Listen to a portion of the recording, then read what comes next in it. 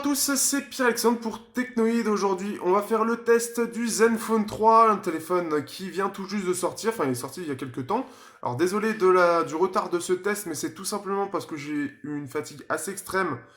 Et en plus de ça, je suis encore un peu malade, ce qui fait que les deux cumulés, ça fait pas du bien. Et donc, j'ai pris un peu plus de temps pour faire le test du Zenfone 3. Désolé pour ceux qui étaient pressés, mais la santé avant tout. Donc le Zenfone 3, donc c'est un téléphone qui, alors là on est sur la version 5.2 pouces, c'est pas la version la plus haut de gamme, hein, c'est le Zenfone 3, celui qui est mis le plus en avant, c'est plus on va dire une version milieu haut de gamme. Et vous avez le Zenfone 3 Deluxe qui va arriver après, qui lui est vraiment haut de gamme. Mais l'accent était vraiment mis sur celui-là, qui est donc le fer de lance. Vous avez aussi une version 5.5 pouces, alors faites attention au niveau des dénominations. Vous avez le... Alors, hop, je vais prendre la dénomination sur la boîte. Donc, j'en avais parlé normalement dans l'unboxing, donc sinon vous pouvez regarder directement. Donc là, c'est le Z2 520KL et vous avez normalement le Z2 552KL. Donc 520 pour quoi 5.2 pouces et 552 pour 5.5 pouces. Tout simplement, la différence entre les deux, c'est la batterie et la taille, puisqu'on passe du 5.2 à 5.5 et de 2650 à 3000 mAh. Par rapport aux anciens, aux Zenfone 2 que j'avais pu tester, eh bien, il y a une très belle évolution, puisqu'on est cette fois-ci passé sur quelque chose de beaucoup mieux en termes de finition. La puissance, elle n'a pas trop bougé, voire elle a un peu baissé, mais c'est pas forcément le plus important, puisqu'on parlera dans la puissance un petit peu plus, le processeur d'Intel avait quelques petites choses qui forcément faisaient qu'il n'avait pas toute la puissance, et puis au final, c'était pas réellement utilisé à son maximum. Ici, au moins, ce sera utilisé à son maximum, mais c'est pas ce qu'il y a de mieux sur le marché, même à cette gamme de prix. D'ailleurs, en termes de concurrence, il a beaucoup de concurrents, hein. Il est vendu 380 euros, la version 5.5 à 400 euros.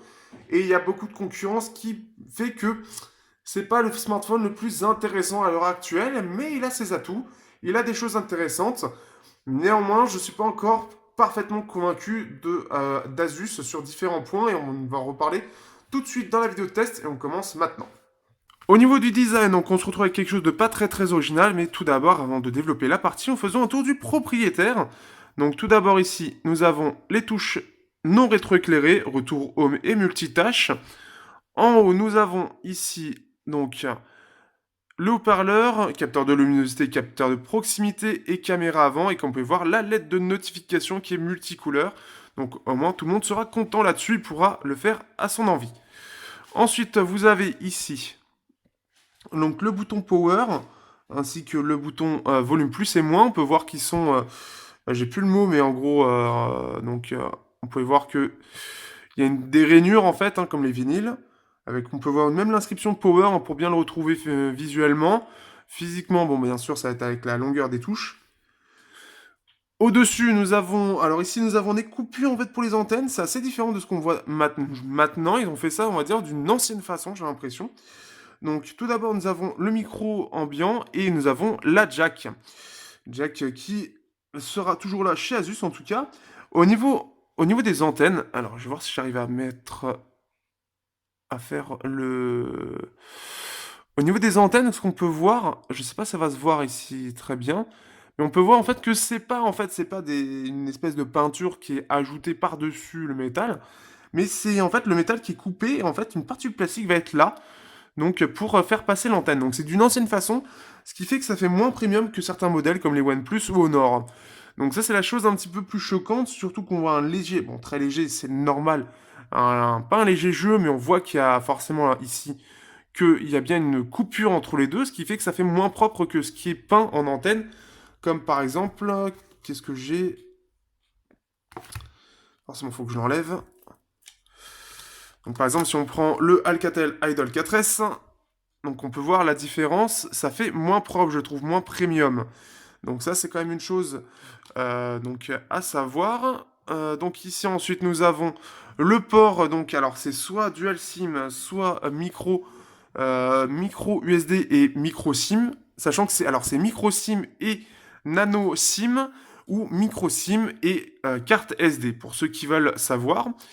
Ensuite, en dessous, on se retrouve avec le micro primaire, l'USB-C, donc ça c'est une bonne chose, et le haut-parleur. Au dos maintenant, nous avons aussi donc le système donc, qui reprenne avec les anciens Zenfone, qui est cette fois-ci au dos, avec ce côté justement toujours un effet vinyle, qui est centré sur le capteur d'empreinte. et donc qui donne un effet assez sympa. C'est quelque chose qui revient maintenant de plus en plus avec les différents, toutes les marques, hein, ils aiment bien mettre un petit reflet comme ça, un peu sympa.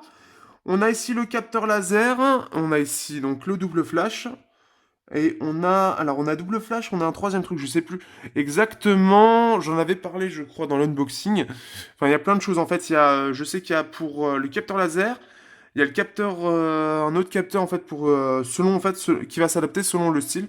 Je n'ai plus avec exactitude tout ce qu'il y a. Vous pouvez voir sur la fiche constructeur directement sur Asus qui vous dira exactement les trois capteurs qu'il y a en fait, parce qu'il y a plusieurs façons de faire le focus pour le faire extrêmement rapidement. Et vous avez le capteur photo ici qui ressort pas mal hein, de l'appareil, comme on peut voir. Il a une certaine hauteur, donc ce qui fait que voilà, ça fait vraiment penser au Galaxy S6 sur pas mal de choses. Sur la version blanche, ce qui est bien, c'est qu'on est sur quelque chose voilà, qui est doré sur les côtés. Donc c'est assez sympa, c'est discret et c'est sympa. Ça donne un petit effet assez sympa. Et le truc, alors par contre, ce qu'il y a, je vais pas pouvoir le montrer, je vais montrer juste une petite vidéo en parlant face au Honor 8, parce que le Honor 8, bah en fait, il est là. Parce qu'en fait, le plus gros souci de ce téléphone, bah c'est la taille. C'est-à-dire que c'est un 5.2 pouces. Alors ça va être un peu plus que 5.2 parce qu'il est un peu plus grand que le Honor 8 au niveau de l'écran, mais c'est un 5.2 pouces qui est large, qui est vraiment large, et c'est là où déjà il y a un truc qui va pas. Si je le compare, donc par exemple au, comment il s'appelle? Ah, au Apollo Light, eh bien, en fait, si je centre les deux, on peut voir que la différence, elle est infime. Si je mets bien, si je colle sur une des parois, donc les deux sont à la même chose, on a quelque chose de très léger. Sachant que lui il fait 76 mm et lui il fait 74, je crois. Donc il est très large et c'est un peu le problème. C'est-à-dire que là, on va avoir un souci, c'est que c'est un 5.2 pouces qui fait la taille d'un 5.5. Donc là, c'est problématique. Si on prend l'Idol 4S hein, pour bien montrer la différence, l'Idol 4S est légèrement plus grand. Et là, j'ai collé. Hein. Il est légèrement plus grand. Si je le centre, bah là, on voit quasiment pas la différence. Et là, c'est problématique parce que c'est un 5.2 pouces à 400 euros qui est vraiment très large, trop large. Le châssis est vraiment trop large pour un 5.2 pouces. Et face à la concurrence, bah voilà quoi. Si on prend le Meizu Pro 6 ou le Honor 8, bah ils sont largement plus petits. Donc déjà, c'est une première chose, c'est une première problématique au niveau de la prise en main. La deuxième problématique, ça va être au niveau des touches sensitives. De un, elles sont pas rétroéclairées. À 400 euros, je trouve ça toujours aussi dommage que ce ne soit pas rétroéclairé, puisque le soir, même là, on va arriver en hiver, même si on fait ça, on va dire machinalement, c'est toujours bien de les avoir de façon visuelle. Le fait de ne pas les avoir rétroéclairés, je trouve ça dommage. Je trouve que c'est juste bête de ne pas les rétroéclairer. C'était déjà quelque chose que j'avais reproché aux Zenfone 2. En plus de ça, l'autre problème, c'est qu'ils sont mal placés. Pourquoi? Donc moi, je le prends à une main, je suis toujours avec... hop, on va faire comme ça. Je suis toujours... Ah, j'ai beaucoup de modifications. Oui, j'ai des modifications. Alors, le souci, en fait, c'est que moi, je le prends comme ça. Et quand je dois aller chercher la touche retour, je sais pas si ça se voit, mais en fait, je dois aller le chercher vraiment. C'est-à-dire que là, je vais vraiment, vraiment aller étirer au maximum mon doigt pour pouvoir l'avoir. Donc, ce qui fait que ça aurait été plus centralisé. Donc, par exemple, comme ceci. Et là, c'est sur une tablette. Hein. Eh bien, là, je vais l'avoir rapidement. Et encore, là, ça aurait été plus bas, ça aurait été moins bien. Mais comme il est un peu en hauteur, ce qui fait que je vais pouvoir l'avoir facilement. Là, Là, en fait, j'ai la bonne position, en tout cas pour moi et pour la plupart des téléphones, ça va être à peu près là. Donc c'est un peu moins, c'est un peu plus réduit. Ce qu'il aurait fallu, je sais pas s'il est, oui, il est bien centré sur celui-là. Mais on va voir, oui, forcément, je l'aurais. Hein. Mais voyez la différence entre les deux. Il y en a un où c'est beaucoup plus centré que l'autre. Et ça fait toute la différence. Au-delà du fait que ce soit en hauteur, ça fait toute la différence. Et c'est largement mieux quand c'est un peu centré que là où c'est mis. Et ce qui fait que c'est assez désagréable à utiliser à une main, tout simplement parce que ces touches sont très mal placées. Et ça, c'est vraiment une problématique. Et encore pire sur le Zenfone Deluxe, si j'arrive à l'avoir en test, ce sera bien, parce qu'ils sont encore plus mal placés. Donc là-dessus, dommage Asus, à la limite, j'aurais préféré pour une fois des sensitifs, parce que ça aurait permis d'avoir quelque chose qui, tout simplement, serait un peu plus agréable à utiliser. Parce que là, faut vraiment aller le chercher et ça m'énerve en fait, parce que mon doigt, naturellement, il va être là. Donc il est encore loin. Et là, il faut vraiment, en fait, je me tue en fait la main ici pour arriver à le tenir. Donc sinon, il faut que je sois comme ça, et encore. Sinon, bah, faut que je change de main ou faut que j'utilise à deux mains. Donc ça, c'est dommage pour un 5.2 pouces, puisqu'on perd un des gros avantages d'avoir un téléphone à 5.2 pouces, c'est-à-dire l'utiliser à une main. Donc ça, c'est vraiment les deux gros problèmes du design que je trouve vraiment dommage qui sont gâchés tout simplement par ça. Le troisième défaut que je lui trouve, c'est le capteur d'empreinte. Alors, capteur d'empreinte efficace, il est aussi efficace que l'Honor 8. Je suis assez impressionné, je m'y attendais pas forcément, je m'attendais à moins bien, mais il est vraiment efficace.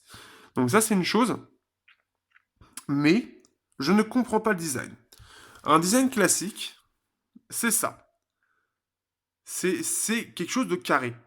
Rond à la limite avec les Huawei, mais c'est quelque chose de carré, et ce qui fait que c'est assez agréable. C'est comme Motorola de toute façon, hein. Motorola aussi, ça c'est dégueulasse. Mais là, je ne comprends pas. Autant il est très efficace, autant je ne comprends pas pourquoi il est juste tout fin. Si ça aurait été pour une fonction spécifique ou justement ça aurait pris le Honor pour descendre la barre de notification ou quoi que ce soit, ça aurait été très bien pour moi. J'aurais dit ouais, pourquoi pas, ça a un sens. Mais là, ça n'a tout simplement pas de sens. Je ne comprends pas en fait le délire d'avoir quelque chose comme ça, ce qui fait que c'est pas agréable parce que c'est pas assez large en fait, tout simplement. C'est tout simplement pas assez large. Donc, ce qui fait que je me retrouve avec un capteur d'empreinte qui est efficace, mais qui est pas agréable à utiliser parce que la zone de toucher est trop fine en fait, et elle est étrange. Donc, ce qui fait que c'est pas super agréable. Au-delà de ça, qu'est-ce que j'ai comme point positif? Après, voilà, le point positif, c'est qu'au niveau finition, Asus a fait un réel progrès, un réel bond en avant, puisqu'on passe donc ici à du vert vers métal. On est très loin du Zenfone 2 et ça fait plaisir. On a quelque chose qui est aussi assez fin. À la limite, la protubérance de l'appareil photo, moi, ça me dérange pas puisqu'il est efficace et ça en parlera sur la partie comme ça. On a toujours ce côté un peu au dos où il faut que ce soit bien, comment, enfin, pas, je sais plus, mais en gros, que ce soit bien égal de chaque côté. Ah, j'ai plus le mot. Donc ça, première chose. Par contre, bon, on l'a pas en dessous puisqu'on a haut-parleur seulement. Et au-dessus, bah, on aurait pu avoir le central, ça aurait pu aller un petit peu plus loin sur le côté, justement, tout est bien centré, etc. Là, non. Bon, c'est pas très grave en soi, mais je trouve ça sympa, et ce qui fait que ça fait un design vraiment pas neutre, mais ce qui fait que c'est juste bien fait, en fait. Donc, avec ce côté, voilà, les deux parties, on a l'appareil photo juste en dessous, ce qui fait que c'est pas décalé ou quoi que ce soit, donc ça, je trouve ça pas mal, c'est, on va dire, un côté un peu géométrique, sympa. Ce qu'il y a de bien, c'est qu'on repère bien les boutons aussi avec le fait qu'ils soient striés, en fait, enfin qu'il y ait les rainures de chaque côté. Alors, ils sont pas différenciés entre eux, mais on les sent bien, ils sont plutôt bien posés. Donc là-dessus, j'ai pas de choses à redire, ils sont bien posés, donc là-dessus. Le toucher est franc. Par contre, il bouge un petit peu, mais le toucher est franc. Donc ça, c'est une bonne chose. Mais voilà, c'est surtout l'encombrement, parce qu'en plus de ça, on nous avait annoncé lors de l'annonce tout simplement du Zenfone 3 une surface jusqu'à 77% pour juste le Zenfone 3, mais c'est pas du tout le cas en fait. Donc soit c'est le cas sur le 5.5, soit c'est pas du tout le cas sur celui-là, parce qu'on voit vraiment en fait, on voit ici qu'on a une petite partie noire, et là on est sur quelque chose de vraiment énorme en fait. Et ce qui fait que si on compare ici, je sais pas si je vais pouvoir le montrer bien, mais hop. On va aller sur Google, hop, comme ça on va voir. Et ce qui fait que c'est quand même assez gros, mais en plus de ça, voilà, c'est un 5.2 pouces qui fait quasiment la taille d'un 5.5, et ça c'est le truc le plus dommageable pour Asus, puisqu'au final les dimensions sont assez mal... ils sont très mal maîtrisés, et en prise en main, avec les touches qui sont mal placées, c'est l'un des plus gros problèmes. Donc ce qui fait qu'Asus a fait voilà, c'est une finition, c'est tip top, mais il y a des défauts un petit peu partout, le fait de... Je ne comprends pas non plus aussi l'utilisation de cette ancienne façon de faire, puisque je trouve ça fait plus cheap en fait, et ça fait pas aussi bien que si s'il y avait eu une peinture en fait pour faire passer les antennes. Là, c'est quelque chose que j'ai un peu plus de mal à comprendre. Donc pourquoi pas. Bon, après, on a des bonnes choses hein, derrière. Ce que je terminerai aussi avec l'Honor 8, comme je l'ai dit, pour ceux qui me suivent sur Twitter, n'hésitez pas à suivre, sinon si vous ne l'êtes pas. La chose qui avait comme grosse problématique sur l'Honor 8, c'est qu'il se raye énormément. Sur celui-là, ça serait très peu, voire pas du tout. J'ai pas du tout de rayures, à part des petites rayures sur les côtés, mais ça, c'est les rayures parce qu'on l'use en fait à cause du 2,5D. Mais sinon, c'est très résistant, donc là-dessus, c'est plutôt cool. Ils ont fait un traitement, enfin, je crois que c'est du Gorilla Glass 4 au dos aussi, comme à l'avant. Donc ce qui fait que c'est efficace et le verre est en parfait état. Donc avec moi qui suis c'est pas soigneux, mais dans un environnement agressif, bah forcément, bah, ça fait plaisir.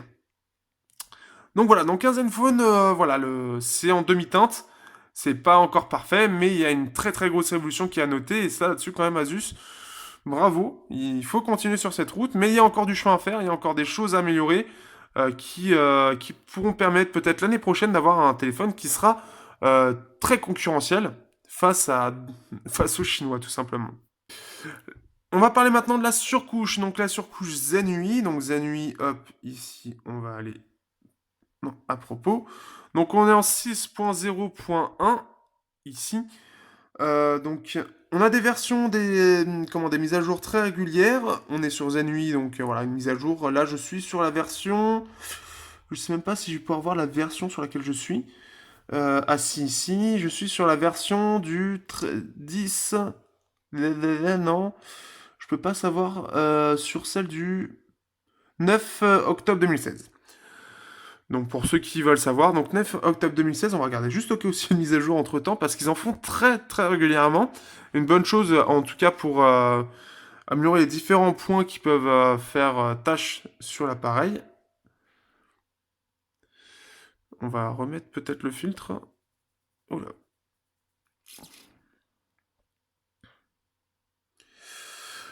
Donc, à Zenui. Zenui, c'est une surcouche qui est assez sympa, mais qui, pareil, je crois que là, par contre, Asus veut trop en faire et beaucoup trop en faire, et c'est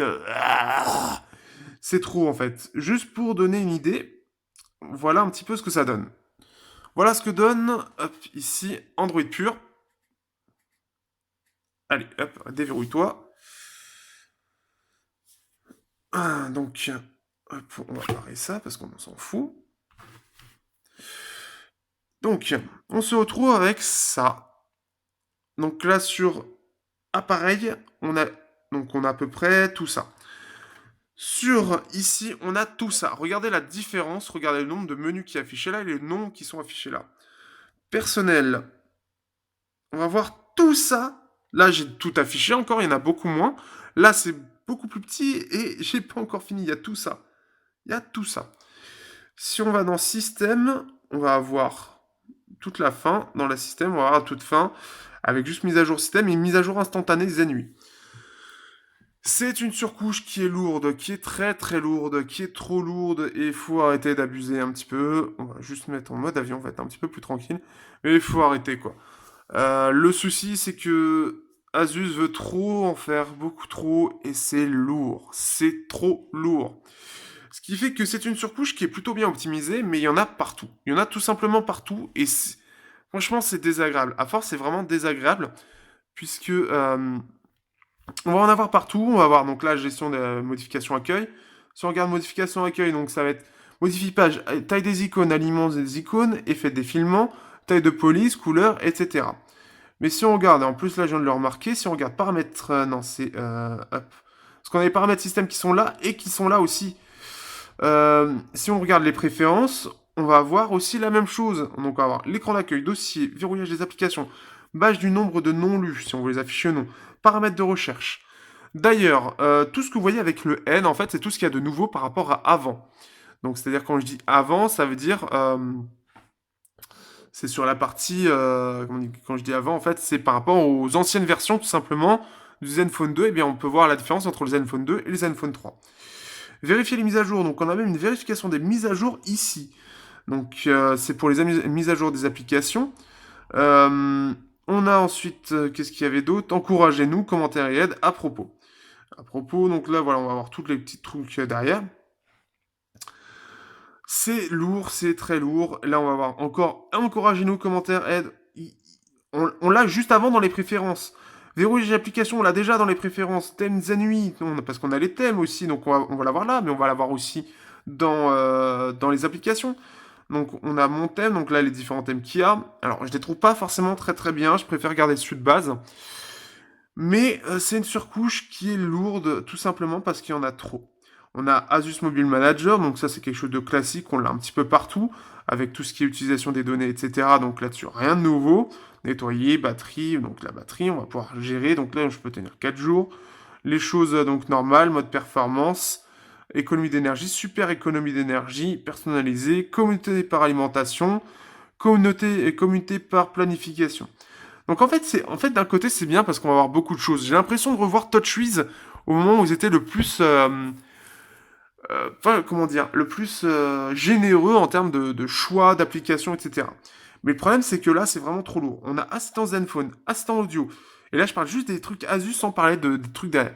Donc, assistant Zenfone, assistant audio, Asus Mobile Manager, Do It Later, gestionnaire de fichiers, lampe torche, règle laser, magnétophone, bon, ça c'est un classique, mémo rapide, météo, mini-movie, mise à jour système, je dis pas tout, hein, je dis vraiment les trucs un peu particuliers. Photocollage, on a la radio FM quand même. ShareLink, Splendid. Les thèmes, Web Storage, Zen Circle, Zen Talk. Ici, après, ça va être tout ce qui va être à moi. On a TripAdvisor qu'on est obligé de se taper. Qu'est-ce qu'on a? Sauvegarde et restauration, MyAsus Service Center. Et là, et on a déjà Assistant Zenfone. Donc c'est quoi la différence? Pourquoi il y en a deux? Ensuite, qu'est-ce qu'on a d'autre? On a fait le tour. Et encore, je crois que j'en ai enlevé quelques-uns parce que je crois que en fait, ça me saoulait d'en voir tellement que j'en ai enlevé quelques-uns, mais c'est trop, c'est beaucoup trop, Puis même, j'ai envie de dire, rien que ça donne un ordre d'idée. Android pur, c'est ça. C'est-à-dire, on a quelques options. Là, on en a plein. Et en plus de ça, on a la lampe torche ici. On va avoir puissance et optimisation, donc déjà qui est dans une application. On a calculatrice, gestionnaire de démarrage. Je sais, gestionnaire de démarrage, pour moi, c'est pas quelque chose qui nécessite que ce soit tout le temps ici. Donc, pourquoi est-ce que le gestionnaire de démarrage est là? Donc ça, c'est voilà, c'est plein de choses, plein de choses, blablabla. Aussi, donc on peut effacer directement toutes les notifications ici. Et on a ici en bas appuyé pour gérer les notifications qui s'affichent tout le temps. Donc c'est-à-dire est-ce qu'on peut les autoriser ou non à se connecter, etc.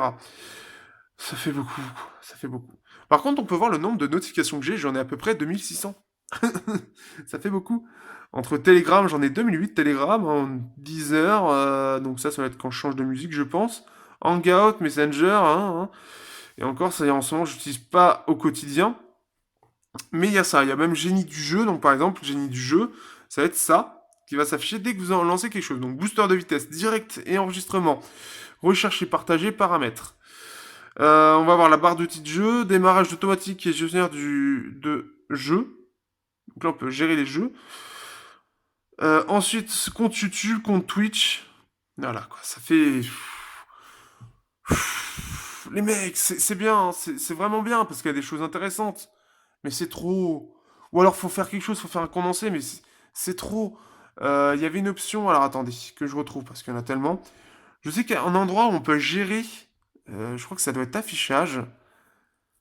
On peut gérer la capture d'écran à un endroit. Et on peut la gérer. Ah oui. Ça va être là. Option, rien. Non, c'est pas ça. Donc lancer la page de réglage du jeu de génie du jeu. Donc là encore ici. On l'a. Donc mémoire, on va voir quoi? On va voir ça. Bah, comme ça, on va montrer les paramètres. Gestionnaire de l'alimentation, donc économiseur d'énergie. Donc là, le truc qu'on a vu tout à l'heure qui est aussi dans une application. Gestionnaire de démarrage automatique qu'on a vu qui est déjà présent ici. C'est ultra. En fait, le plus gros problème, c'est que c'est ultra redondant. Ils veulent tellement faire de choses, tellement mettre de choses en place, que c'en est trop, en fait. Ils en font trop, ils en mettent trop. Je sais pas s'ils se rendent compte un peu de tout ce qu'ils mettent, mais c'est trop, en fait. Et c'est lourd, en fait. C'est vraiment lourd à utiliser au quotidien. Si on regarde assistant Zenfone, donc là, ça va être FAQ, FI, enfin voilà, c'est pour gérer, je pense, tout simplement, on a discussion en ligne quand même, donc examen de l'appareil. Donc je pense pour tout tester, avec Contact Asus, etc. Et si on regarde après, c'est la ZenTalk, ça va être tout ce qui est forum. Pourquoi ils l'ont pas déjà regroupé, par exemple, ZenTalk là-dedans? Ça aurait été bien aussi.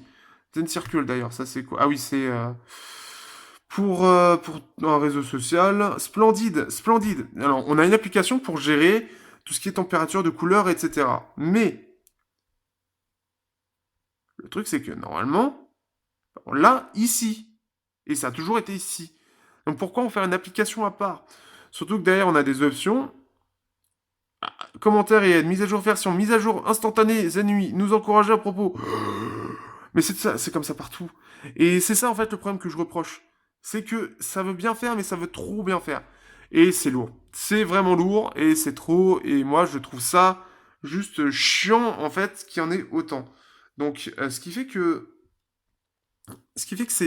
c'est une surcouche que je trouve sympa, mais qui est trop lourde en fait, qui est juste relou, tout simplement, parce qu'elle m'énerve, parce qu'il y en a trop, et résultat, bah, c'est voilà, c'est trop lourd. Mais il y a aussi un autre problème que je vais aborder, parce que je me mets là-dessus à toujours appuyer sur le loader, mais il y a un autre problème qui est un peu plus problématique.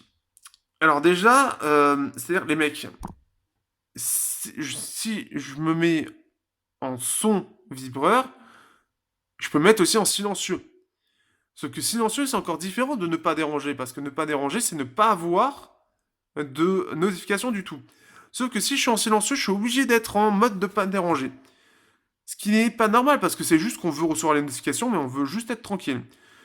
On a le truc à une main aussi, qui est là, d'ailleurs qui ne se met que comme ça. Ce qui est dommage, puisque la plupart des marques ont trouvé un petit moyen pour le faire de façon discrète. Là, c'est carrément quelque chose qui est là. Euh, le plus gros souci, au final, c'est les notifications. Donc là, vous en voyez depuis tout à l'heure, hein, comme d'habitude, parce que Telegram, il les gère plutôt bien.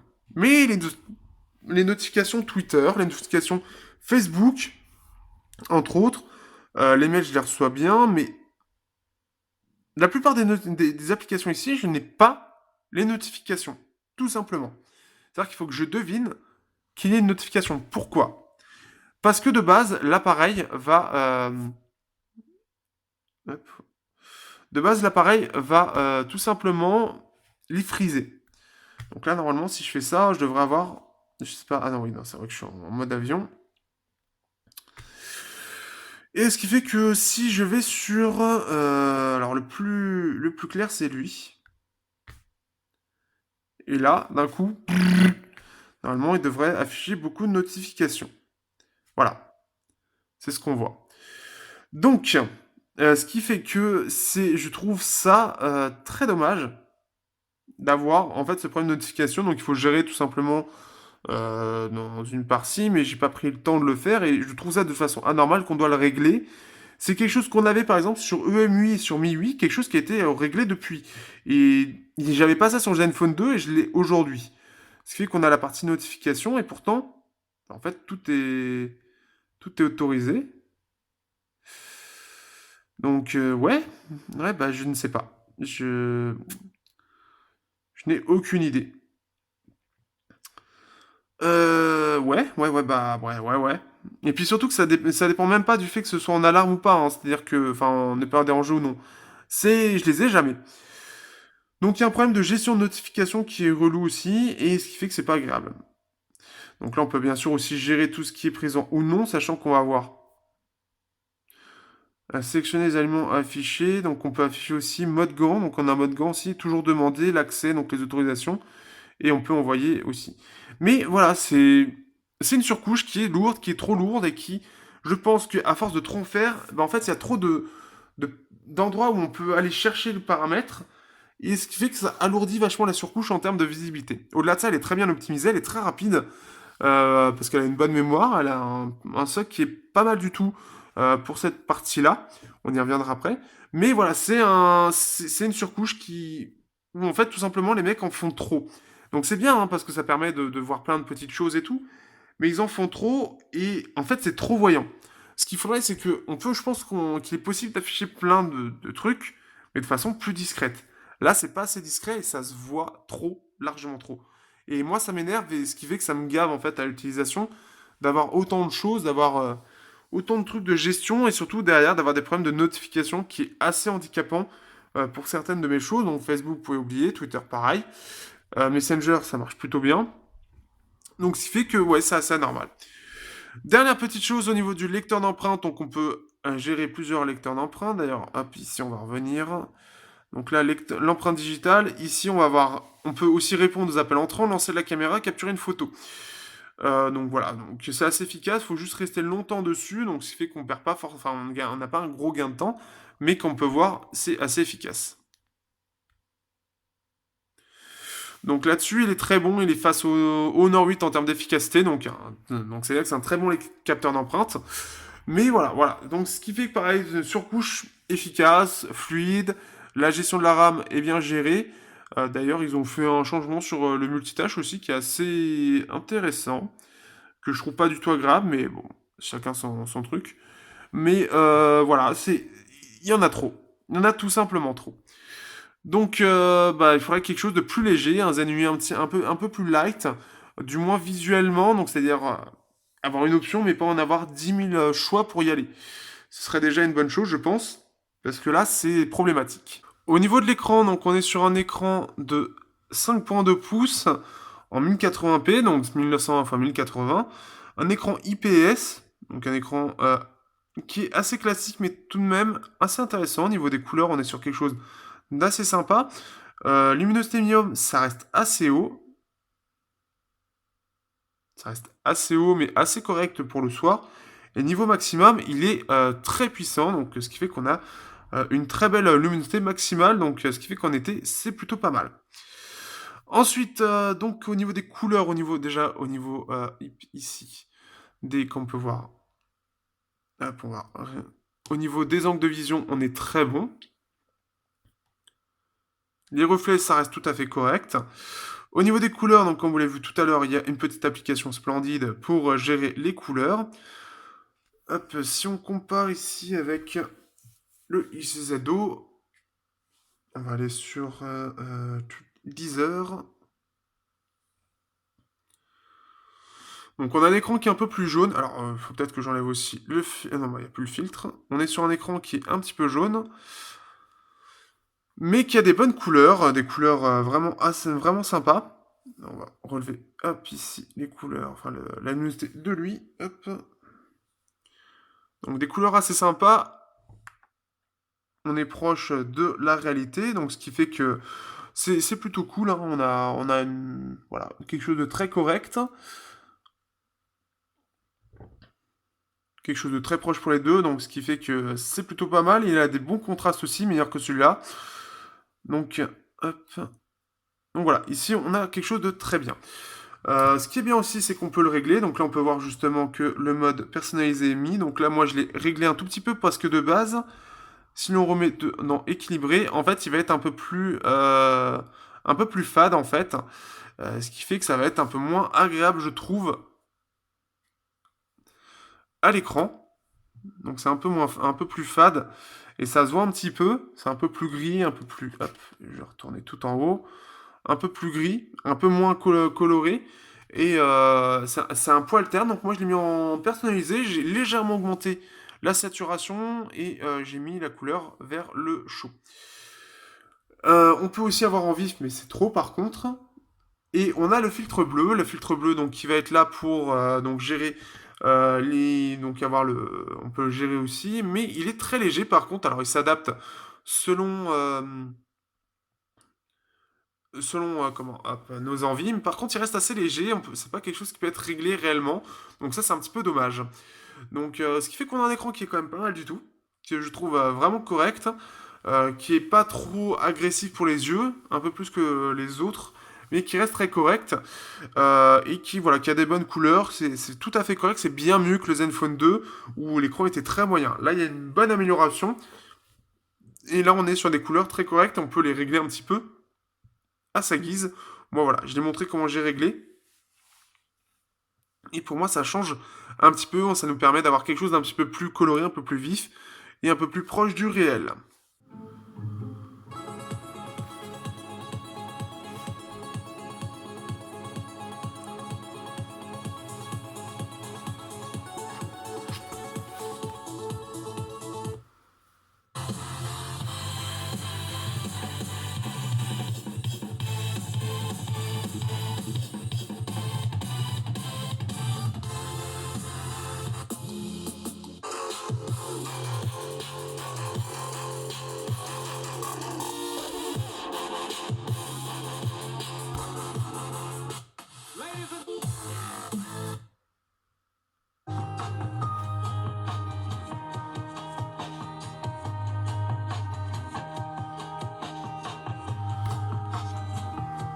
Donc au niveau du son, on a un son qui est plutôt pas mal, on a quelque chose qui est neutre, on a aussi la possibilité de l'améliorer ou non via l'instant audio. Moi je l'ai laissé sur musique.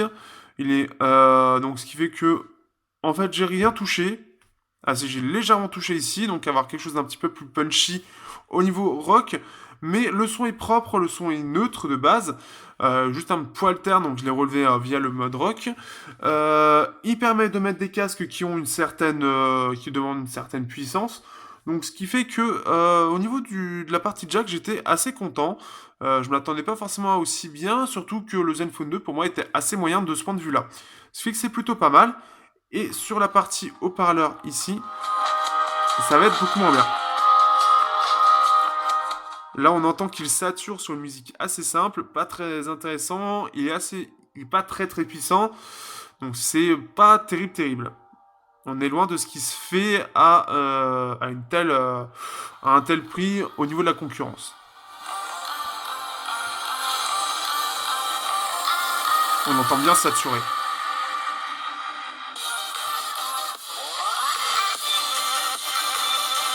Et on sent il y a pas, c'est surtout sur les aigus, c'est agressif, un peu de médium, beaucoup d'aigus et pas beaucoup de basses.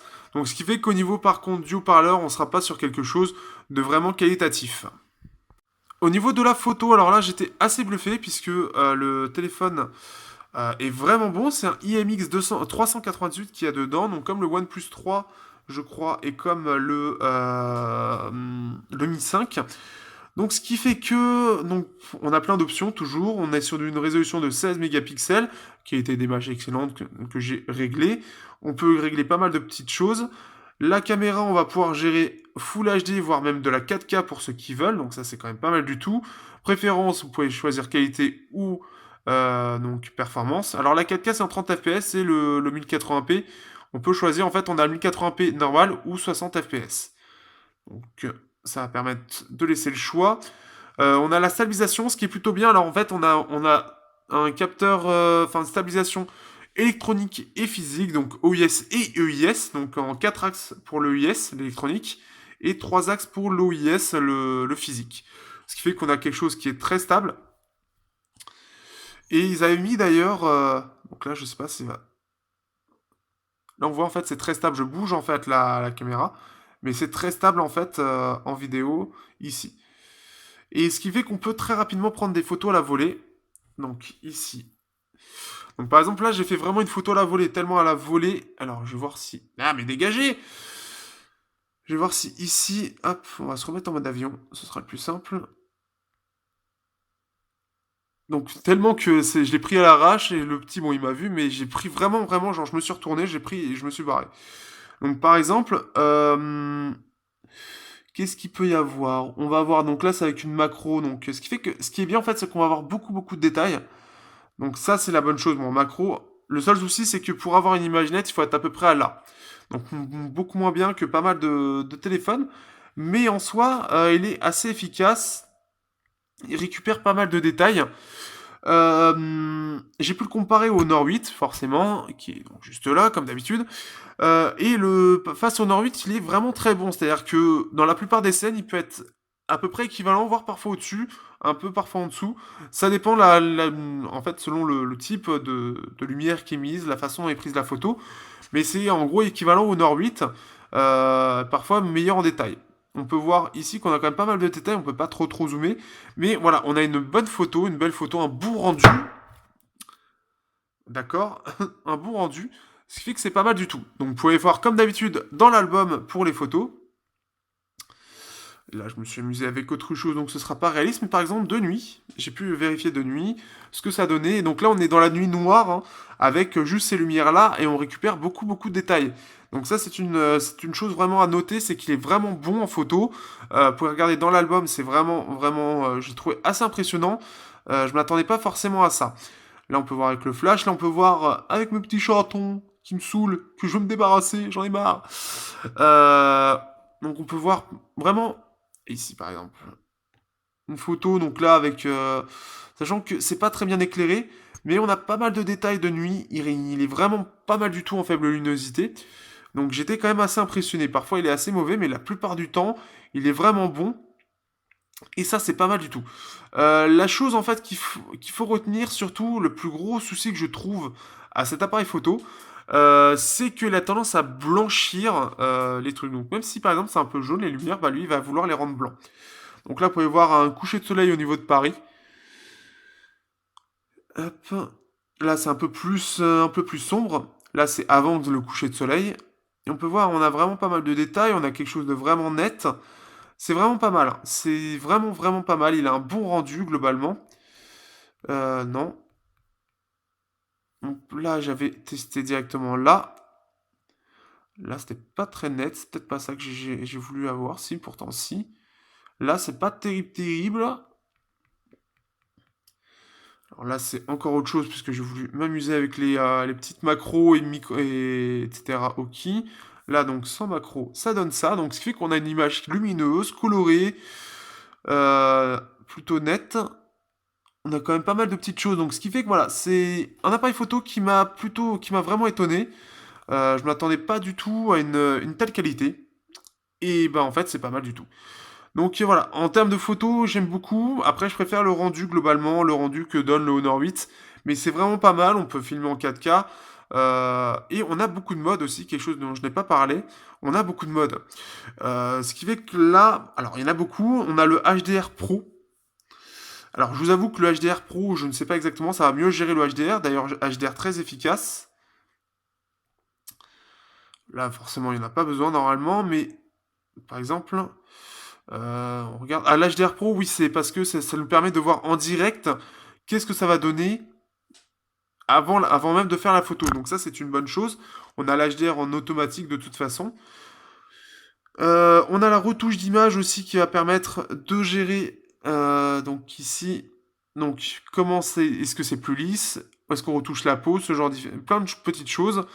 Donc ça c'est sympa aussi, mais c'est pas pour moi. On a la super résolution aussi. Alors très honnêtement, la super résolution, ça a toujours été, ce sera toujours du bullshit, c'est-à-dire avoir 4 fois la même photo pour avoir plus de détails. Pour moi, ça n'a jamais été le cas et ça ne le sera jamais. L'éclairage faible, je n'ai jamais réellement compris l'intérêt de ce truc. Pour moi, c'est pas super efficace quand je l'ai utilisé. Je préfère l'utiliser de base et il est très efficace comme ça.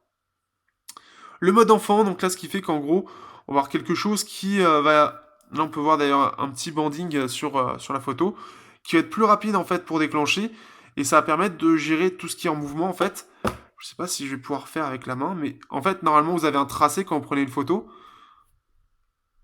C'est un peu con ce que je fais, mais ça va permettre en fait de réduire un peu le temps de la prise pour avoir quelque chose de plus net. Parce que, bah, comme vous le savez, les enfants, bah, ça bouge beaucoup, donc là, ça permet voilà, d'avoir ça. On a la profondeur de champ aussi. Bon, c'est forcément pas aussi efficace que le Honor 8.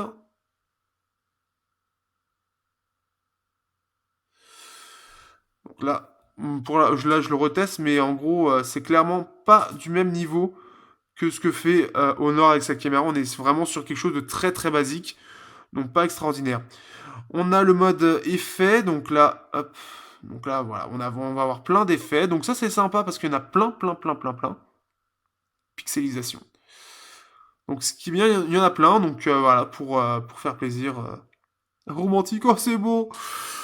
Qu'est-ce que nous avons d'autre? On a les selfies. D'accord, il détecte les visages. D'accord, donc ça c'est juste ça, c'est qui détecte automatiquement les visages. On peut même faire des gifs, on a le panorama, miniature, mais j'ai pas trop compris en fait. Parce qu'en fait, si on regarde, on va avoir en fait entre ces deux lignes, hop, on va voir entre ces deux lignes que c'est flou en fait, mais je ne comprends pas du tout l'intérêt. Je pense que ça doit être sur des gros panoramas où ça va faire l'effet en fait quand ils disent miniature, je pense c'est l'effet joué en fait qu'on a sur certains trucs. Mais sauf que là, bah ça fait juste flou en fait. Je sais pas du tout en fait à quoi sert ce mode. Je ne comprends pas. Donc il y a ça. Qu'est-ce que nous avons d'autre? Retour dans le temps. Alors ça c'est un peu comme le truc d'Apple en fait où en gros je vais faire ça. Hein, oh oui, oh je le prends. Oh, oh je fais des voilà. Et je prends la photo. Et en fait ça va permettre de revenir dans le temps pour voir en fait qu'est-ce qu'on prend au final comme photo. Donc soit au moment de déclencher on a moins 3 secondes et plus 1 seconde. Donc voilà, c'est une petite fonction comme une autre. Pourquoi pas. On a le retrait intelligent, donc si par exemple vous voulez faire un truc et puis que vous avez un passant, des choses comme ça, lui il va faire automatiquement, il va enlever tout ça, tout sourire. Donc voilà, donc là on pourra choisir plusieurs photos. Intervalle de temps, donc là intervalle, je ne sais pas.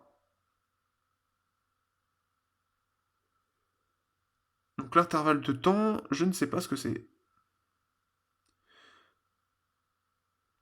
Là d'accord, l'intervalle de temps c'est les choses très rapides. Ah, c'est les timelapse. D'accord, timelapse, intervalle de temps, d'accord, ils l'ont traduit. Et le ralenti, qui lui est en...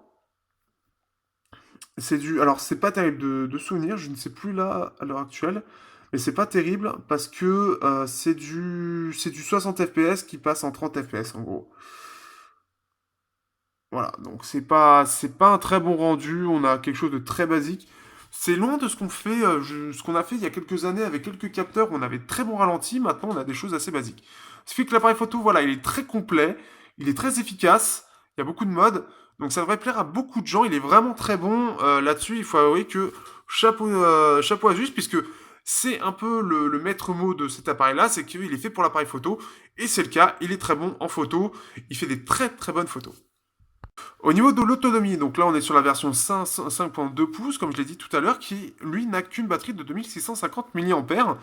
Et bah, cette batterie elle est quand même pas mal, ce qui fait que je tiens entre 5 à 6 heures écran allumé. Donc ce qui fait que c'est tout à fait correct. Je ne sais pas si j'avais fait d'ailleurs, si j'avais fait YouTube, je ne sais même plus. Mais en tout cas, en utilisation mixte 4G, etc., eh bien, j'étais sur... voilà, j'étais plutôt étonné. Pour du 2650, c'est pas mal du tout. Il faut dire que le processeur, lui, est gravé en 14 nanomètres. Donc, ce qui fait que ça aide aussi à la consommation. Donc, on va regarder ici. Je sais plus si j'ai fait le test YouTube. De toute façon, il va être mis. Donc, vous pouvez regarder toujours dans la description pour ça. Donc, voilà. Et j'ai fait, voilà, 100%. Voilà. Donc sur YouTube, il fait du 6h40, donc plus que le Moto G4 Plus, le test va bientôt sortir. Il fait un petit peu mieux que le Meizu Pro 6, et il fait 5h36 heures, donc tout simplement. Donc c'est pas mal, c'est pas mal du tout. Il a quelque chose de tout à fait correct en termes de score, surtout pour du 2650 mAh. Le fait qu'il soit gravé en 14 nanomètres aide beaucoup, et comme c'est un processeur qui n'est pas extrêmement véloce, ça aide aussi. Donc ce qui fait que voilà, c'est une autonomie qui est bien. Par contre, le truc le plus regrettable par rapport à ça, c'est surtout qu'il n'y a pas de charge rapide. Donc ce qui fait que pour recharger la batterie, ça va pas être du 2 heures, ça va plus être du 2 heures et demie. Donc il est vraiment très lent à la charge et ça c'est vraiment le truc dommage, surtout qu'il a du USB type C. Il a un processeur Qualcomm, la Quick Charge normalement il est disponible quoi. Enfin, je ne sais pas pourquoi. Je pense que ça doit être une raison de coût et c'est quand même dommage parce que bah aujourd'hui la charge rapide c'est utile pour beaucoup de monde ou même, enfin je veux dire, euh, sans charge rapide, la plupart des téléphones se rechargent quand même plus vite que ça. Là il est vraiment lent à la recharge et c'est dommage, ce qui fait que bah on a un téléphone qui est très lent. Dès que vous le branchez en fait sur un PC ou quoi que ce soit, même sur une batterie externe, il est beaucoup plus lent que les autres à se recharger. Et ça, c'est regrettable. C'est quelque chose bah, pourtant, bah, on peut faire recharger en 2 heures, mais là, c'est plus de 2 heures. Je sais que quand je le branchais, à un moment, il était à 40%, il mettait 1 heure et demie entre 40 et 100%. C'est beaucoup, c'est beaucoup. Donc ça, c'est le gros souci que je trouve à ce téléphone, c'est que bah, pas de charge rapide, pas compatible charge rapide. Autant ce serait que le chargeur, bon, ce serait pas trop grave, mais il n'est pas du tout compatible. Et il est lent à la recharge. Il est très très lent, il est trop lent. Donc pour un téléphone à 400 euros, sachant que la plupart des concurrents l'ont, bah pareil, ça fait tâche quoi. C'est pas terrible, c'est long, c'est trop long. Et ça, c'est un autre petit défaut. Bon, en général, 6 heures écran allumé, 5-6 heures, vous devez tenir à peu près correctement toute la journée. Donc après, vous avez juste à le mettre le soir sur là où vous le voulez et c'est bon. Mais tout de même, c'est quand même à noter pour ceux qui ont une utilisation intensive et qui comptent sur la charge rapide pour récupérer, grappiller un petit peu et repartir, ben c'est mort. Donc pas de possibilité du tout de le recharger en charge rapide, c'est dommage. Pas à ce prix-là en tout cas, enfin, à ce prix-là on s'attend à l'avoir, et là, le fait qu'il n'y ait pas, c'est dommage. Même le Moto G4 Plus qui lui est à 300 euros là, donc c'est quand même dommage de ne pas l'avoir. Au niveau des benchmarks, donc on se retrouve avec un Snapdragon 625 gravé en 14 nanomètres, donc c'est un peu l'évolution du Snapdragon 615, 616, 617. Donc c'est 8 cœurs Cortex A53 qui sont cadencés à 2 GHz. Donc, tout d'abord, sur la partie CPU, alors, donc avec les 8 cœurs, on se retrouve avec un score de simple de 843 points et avec les 8 cœurs de 4074 points. Donc c'est un score qui est pas mal du tout, qui est même au-dessus du Snapdragon 652.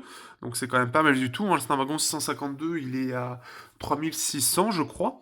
Donc ce qui fait que c'est pas mal du tout. Et en plus de ça, dans le temps, si on regarde, donc là j'ai commencé à 8h51 et j'ai terminé à 9h29. Et on peut voir qu'il n'y a pas du tout de perte de performance.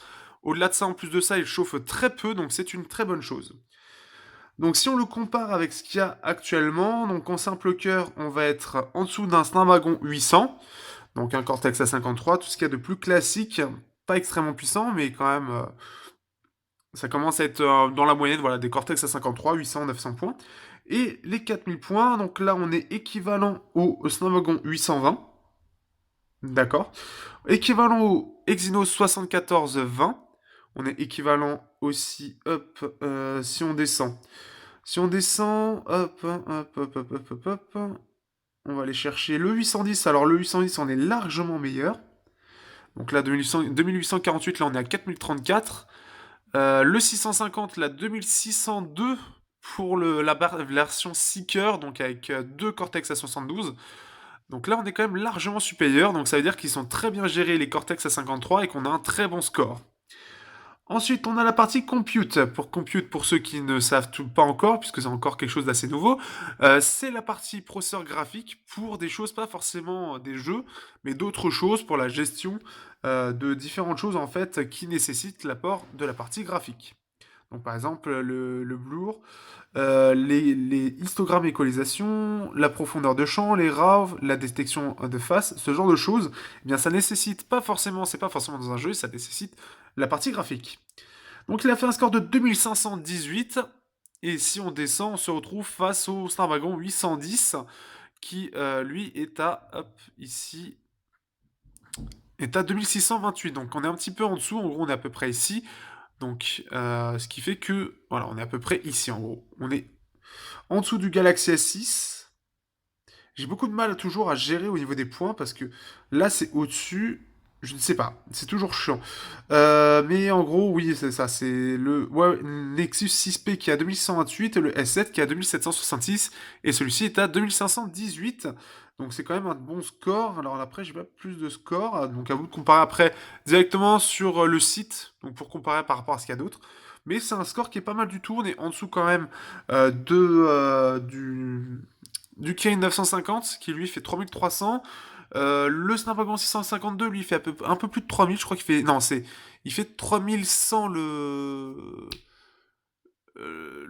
Kirin 950 fait 3100, le Nexus, le Snapdragon 652 lui fait 3100, je fais toute tête, et le Helio X20 lui fait 2900, je crois. Donc ce qui fait qu'on a un score qui est pas mal du tout, mais qui est en dessous de la concurrence. Pour la partie GFX Bank, donc comme vous le savez aujourd'hui, je ne fais plus que la partie donc test long de Manhattan 3.1. Donc on est sur une autonomie, donc sur la demi-heure d'utilisation, donc qui est extrapolée à 346 minutes. Donc si on compare ça, on est équivalent le Oppo R9, donc c'est le F1 avec le donc lui c'est le Helio P10, le Redmi Note 4 avec donc le Helio X20 est un petit peu meilleur, le Yumi Super est meilleur. Là bon le Honor 8 Premium lui est meilleur aussi. Bon lui c'est encore autre chose. On est supérieur au Redmi Note 3 en Snapdragon 650. On est supérieur au Priv avec le Snapdragon 808. Supérieur au Moto G4, donc là ça doit être Snapdragon 410. Le P9 Lite aussi, on est meilleur. Le Xperia X Compact avec un Snapdragon 650. Meizu MX avec Helio X20, on est meilleur aussi. Donc ce qui fait qu'on est meilleur sur la plupart, après, des téléphones qu'on peut voir ici. On est meilleur qu'un iPhone 7 Plus aussi, qu'un HTC 10, qu'un Xperia X, qu'un Mi 5. Donc ce qui fait qu'on est meilleur là-dessus. Au niveau des performances en bench, on est à 379 frames, donc on est meilleur qu'un Redmi Note 4. On est moins bon qu'un Honor 8. Moins bon. Alors le Moto Z Play, comme lui il est plus grand, il gère un petit peu mieux ici à 414. Le Note 7 fait un peu mieux, le S7 aussi, le Apollo Light fait mieux aussi. Ensuite, si on va un petit peu plus bas, qu'est-ce qu'on peut voir d'autre? L'Idol 4S lui fait moins bien, alors sachant que lui il est en 2K aussi. Le Snapdragon 810 du BlackBerry Prive fait moins bien aussi. Donc ce qui fait qu'on est sur des performances tout à fait correctes. Donc ce qui est plutôt bien. Si on va regarder, alors je crois qu'il y a une partie normalement qui est... alors ici on va voir, voilà, on va voir les performances. Donc ce qui fait que c'est très stable aussi, puisqu'on peut voir, même si ça fait comme ça, si vous regardez le tableau à gauche, enfin à quoi ça correspond à gauche, entre 379 et 381. Donc ça ne bouge pas. C'est un processeur qui est extrêmement stable. Donc ce qui fait que c'est plutôt pas mal.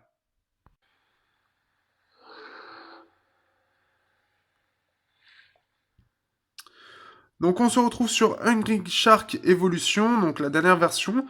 Alors, donc déjà, la première chose qui frappe, c'est que c'est pas aussi fluide que par exemple Honor 8 ou que le Apollo Light. Clairement, on a plein de petites saccades, c'est moins maîtrisé que le Mali T880 MP4. On est sur quelque chose de moins performant. Aussi, il y a une petite publication de Android. Alors certes, c'est sponsorisé par Honor parce que bah, ils l'ont vu, en fait, ils font des tests tout simplement. Et il était vu sur Real Racing qui était moins performant que le Honor 8. Donc ça, c'est une chose à savoir, c'est que dans les benches, il est à peu près équivalent dans la réalité. Et là, je le vois aussi, c'est pas aussi fluide. C'est pas aussi fluide. Et on voit, alors je vais essayer d'avoir quelque chose de net. C'est pas aussi fluide et ça se voit à l'écran. Clairement que il y a des petites bah déjà on n'est pas aussi fluide clairement à l'utilisation et on a plein de micro saccades dès qu'il y a quelque chose. Donc ce qui fait qu'on est vraiment inférieur, on n'est pas à l'équivalent de ce qui se fait sur le Honor 8. Donc ça c'est quand même une chose à savoir, on est voilà, par rapport au bench, il y a quand même une différence. Ça reste correct, mais on est en dessous de la réalité. On se retrouve sur Real Racing. Donc là, on peut voir. Donc là, le jeu n'est pas à fond, contrairement à ce qu'il y a eu du côté de Frandroid. Par contre, là, j'ai bien dépassé tout le monde, c'est pas mal. Donc, Real Racing, en tout cas, tourne plutôt bien dans ce mode, hein, puisque là, il est pas, voilà, il est pas à fond, mais il tourne plutôt bien. Il n'y a pas de gros ralentissements. Ce qui est assez agréable quand même sur cet appareil, c'est qu'il ne chauffe pas. C'est-à-dire que réellement en jeu, on va avoir quelque chose qui restera vraiment tiède. Il a vraiment été fait pour être le plus économique tout en gardant la performance processeur. C'est surtout sur la partie graphique où justement par rapport au Snapdragon 652, bah, il est moins bon. Donc ils ont préféré la puissance processeur sur celui-là par rapport à la puissance graphique. Donc ça, c'est quand même quelque chose à prendre en compte. Donc ce qui fait que pour les jeux, il sera moins bon. Donc c'est vraiment un choix qu'il y a à faire entre les deux. Et je vois que depuis tout à l'heure, c'est flou. On va le faire, voilà, comme ça. En tout cas, ça reste agréable à utiliser, c'est précis. Donc ce qui fait que voilà, en jeu, c'est correct, mais c'est pas au niveau de la concurrence. Alors que penser de ce Zenfone 3 qui vient tout juste de sortir? Pour être honnête, je trouve qu'il n'est pas encore parfait, qu'il y a une excellente évolution et pour moi là il vient se mettre face à ses concurrents principaux, mais c'est pas encore parfait. Il y a encore des choses perfectibles, notamment sur la finition avec ce côté un poil cheap de des antennes. Le côté l'encombrement qui est quand même gros et plus gros que ce qui est annoncé au final.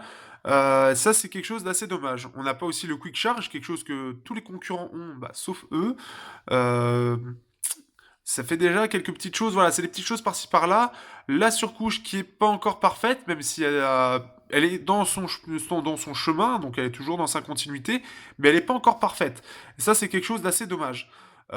Au-delà de ça, elle reste assez optimisée, mais c'est surtout qu'il y en a partout, quoi. Mais par contre, voilà, au niveau de cette partie-là, on a quelque chose qui est vraiment bien. Voilà, forcément, c'est une recherche, donc c'était un peu. Mais ce qui fait qu'on a des choses, voilà, là-dessus, ça reste efficace, optimisé, mais il y en a trop, c'est trop lourd, c'est dommage, et il y a trop d'options au final, du moins redondantes, où il y en a trop qui sont pas forcément très utiles, qui sont là plus presque pour faire joli qu'autre chose et qu'on s'y intéressera jamais, comme par exemple la partie capture d'écran.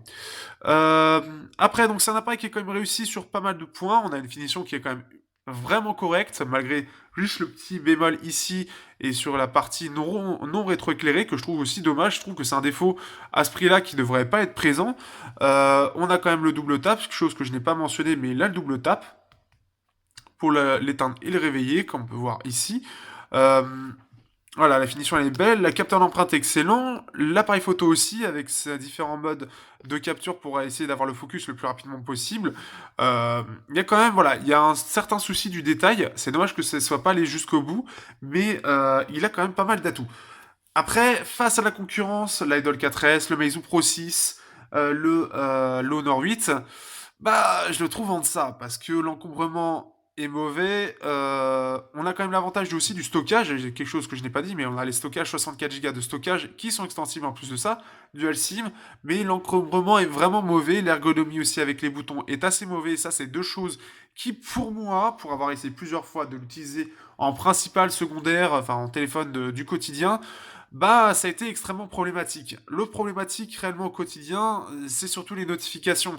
Si vous attendez des notifications Facebook ou Twitter ou plus d'autres choses, bah, elles n'arrivent pas, sachant qu'elles sont en autorisé. Donc, il y a un souci aussi là-dessus, et ça, c'est aussi dommage. Ce qui fait que, bah, voilà, quoi. C'est des petites choses comme ça.